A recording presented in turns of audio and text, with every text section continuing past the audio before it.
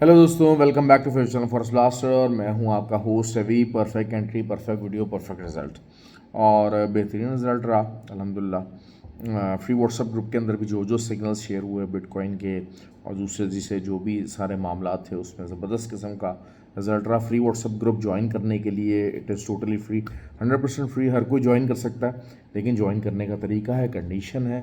OctaFX और एक्सटेक्स का IB link video के डिस्क्रिप्शन में मौजूद है। GGCC-FX दुबई के जो लोग हैं जो बैंक अकाउंट से डिपॉजिट करना चाहते हैं, बैंक से विड्रॉल लेना चाहते हैं, उनके लिए GGCC-FX का ब्रोकर लिंक मौजूद है, तो they can be the part of the group. और उसी लिंक से अकाउंट बना के you can be the part of the group और ट्रेडिंग ग्रुप के अंदर आ सकते हैं। देखिए, मैं एक चीज़ आप लोगों को वाजे करता चलूँ कि कामयाब जो ट्रेडर है और नाकाम ट्रेडर है उसके अंदर फ़र्क क्या है। बेसिकली तो सबसे बड़ा फ़र्क पता क्या होता है? एक जो कामयाब ट्रेडर होता है ना, एक कंसिस्टेंट पॉलिसी, एक consistent trading method, successful trading method.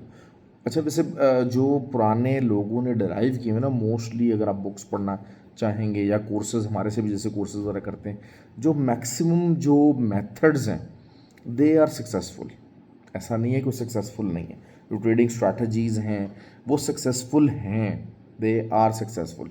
लेकिन असल में होता क्या है कि एक जो कामयाब ट्रेडर होता है वो उन्हीं पॉलिसीज़ को एक लंबे अरसे तक कंसिस्टेंसी के साथ, एक सेट मैकेनिज़्म के साथ, एक सेट रिस्क मैनेजमेंट के साथ उसको फॉलो करता है लंबे अरसे तक। जबकि जो एक नाकाम ट्रेडर होता है वो उन्हीं पॉलिसीज़ और उन्हीं जो स्ट्रैटेजीज़ होती हैं उसको जो है वो फॉलो करता है, लेकिन with this zig zag motions, और उसके जो इमोशंस होते हैं वो उसके ऊपर हावी हो जाते हैं। So that is how we differentiate between successful trader और एक अनसक्सेसफुल ट्रेडर। तो हम लोग यही कोशिश करते हैं कि जो अपने कोर्सेज़ हैं, एकेडमी है, उसके अंदर यही बात करें। और जो फ्री व्हाट्सएप ग्रुप है वो खाली सिग्नल ग्रुप नहीं है, लर्निंग ग्रुप है। बाकी ये होता है कि मार्केट को इंडिकेट कर दिया जाता है। अब जैसे आज बिटकॉइन के ऊपर बड़ी अच्छी ट्रेड्स बनाई। दूसरा ये कि मैं अक्सर लोग मुझे अगर इंट्राडे फॉलो करते हैं तो मैं उनको इंट्राडे पॉइंट ऑफ व्यू से ही ट्रेड बताता हूँ। और इंट्राडे के अंदर आप देखें रूल क्या है। एक रेजिस्टेंस है, यू कीप ऑन सेलिंग। एक सपोर्ट है, यू कीप ऑन बाइंग। अच्छी सपोर्ट है, तगड़ी सपोर्ट है, एक दो तीन दफ़ा आपको प्ले करेगी ही करेगी, चाहे वो अगर उसने टूटना भी है तो। आज एग्जैक्टली ऐसा ही हुआ। बिटकॉइन का 57,750 के एसएल के साथ बाइंग थी, दो दफ़ा मौका मिला। आज देख लीजिए इस टाइम के ऊपर और तकरीबन 58,200 के ऊपर दो दफ़ा मौका मिला। हम लोगों ने जस्ट 50-60 पिप्स का एसएल था, और अभी भी आप देख लीजिए कि मार्केट कहाँ पर है, अराउंड 59,300। नैस्डैक हो गया, 630 का एसएल था, दो तीन दफ़ा मौका मिला है, तीन दफ़ा मौका मिला है। 540, 560, 570 इधर मार्केट आई है, और दोबारा से 430, 450, मतलब 100 पिप्स आप निकालते चले जाएं। एक दफ़ा आपको अगर एसएल देना ही पड़ जाता है, इट डजेंट मैटर। गोल्ड की बात कर लेते हैं। गोल्ड का भी यही रहा मामला। गोल्ड का मैंने आपको पहले कहा था कि जी 96 से आप बाय कर लीजिएगा। जिन्होंने अर्ली मॉर्निंग बाय किया, मैं हमेशा रिक्वेस्ट ये करता हूँ सबसे कि मंडे वाले दिन, मंडे को अर्ली मॉर्निंग उठें। अर्ली मॉर्निंग मंडे को यू शुड बी अवेक, और 2500 वो इससे 100 पिप्स आपको मिले।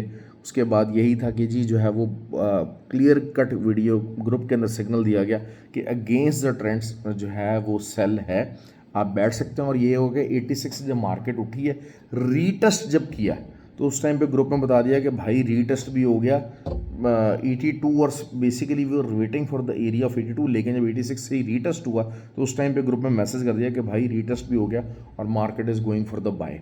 तो वो दोबारा से वहाँ 2506 तक मार्केट गई, तो सेल का भी प्रॉफिट बुक किया, बाय का भी। ये काफ़ी म्यूजिकल चेयर चलाना पड़ा है, और लेकिन बहुत अच्छा प्रॉफिट हम लोग अर्न करने पर हैं। ऑयल द बेस्ट, आपको पता है। लेकिन आज ऑयल का ये हुआ कि ऑयल ने एक टाइम के ऊपर बड़ी ही ज़बरदस्त किस्म की H1 की बुलिश कैंडल क्लोज़ की, और उसके फ़ौरन बाद it was simply a rainfall के वो जो चैनल बना हुआ था वो तोड़ दिया। मोस्टली होता क्या है कि फॉलिंग वेज चैनल जो है, फॉलिंग चैनल था, वो उसके जो ब्रेकआउट के चांसेस होते हैं प्रोबेबिलिटी वाइज वो ऊपर की तरफ होते हैं, लेकिन आज ये नीचे की तरफ इसने ब्रेकआउट दे दिया। It happens, it can happen.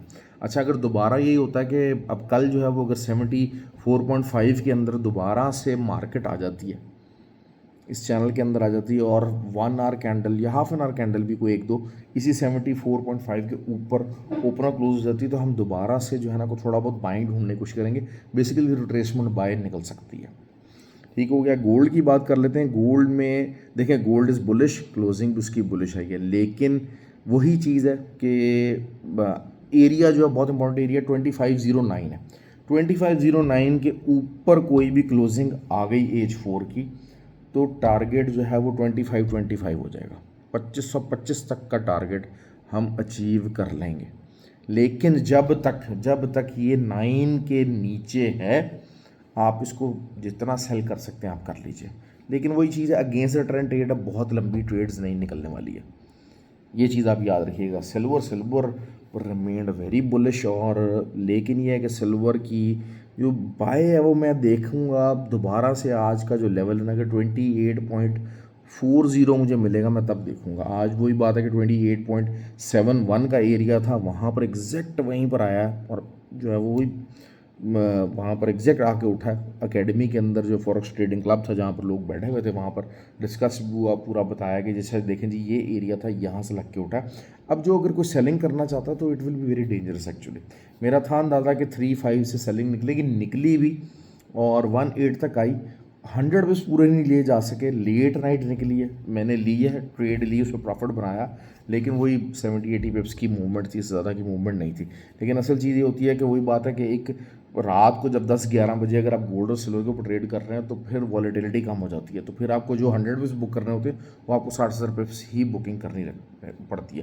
बाकी भाई नैस्डैक हो गया, US30 हो गया, एवरीथिंग इज़ बुलिश। गोल्ड भी बुलिश है, सिल्वर भी बुलिश है।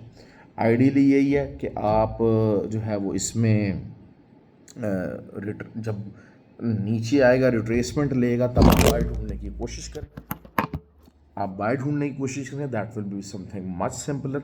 लेकिन अगर आपको ऊपर से कुछ एसएल की फॉर्मेशन बनती है, without SL against the trend trade मत लीजिएगा, that is always an advice. बाकी ये कि एसएल हिट हो जाना डजेंट मैटर।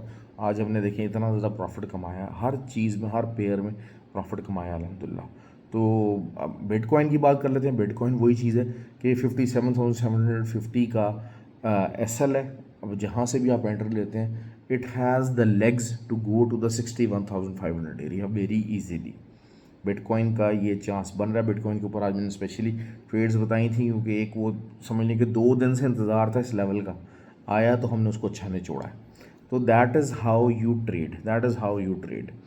नैस्डैक की बात करते हैं। नैस्डैक अगर रिट्रेस हो के नीचे आता है दोबारा, आपको 19,520 के पास मिलता है रिट्रेस होके, तो फिर आप बाय कर सकते हैं। और लेवल ऊपर तो काफ़ी ऊपर जाने की भाई तैयारी कर रहा है, क्योंकि सिल्वर भी इंट्राडे में बुलिश हो गया स्ट्रक्चर वाइज, नैस्डैक भी इंट्राडे में स्ट्रक्चर वाइज बुलिश हो गया, US30 तो, डाउ जोन्स तो इंट्राडे में स्ट्रक्चर वाइज अभी जो है वो चल रहा है मामला, एज 4 के अंदर तो बुलिश है ये, but it is on the roll as well.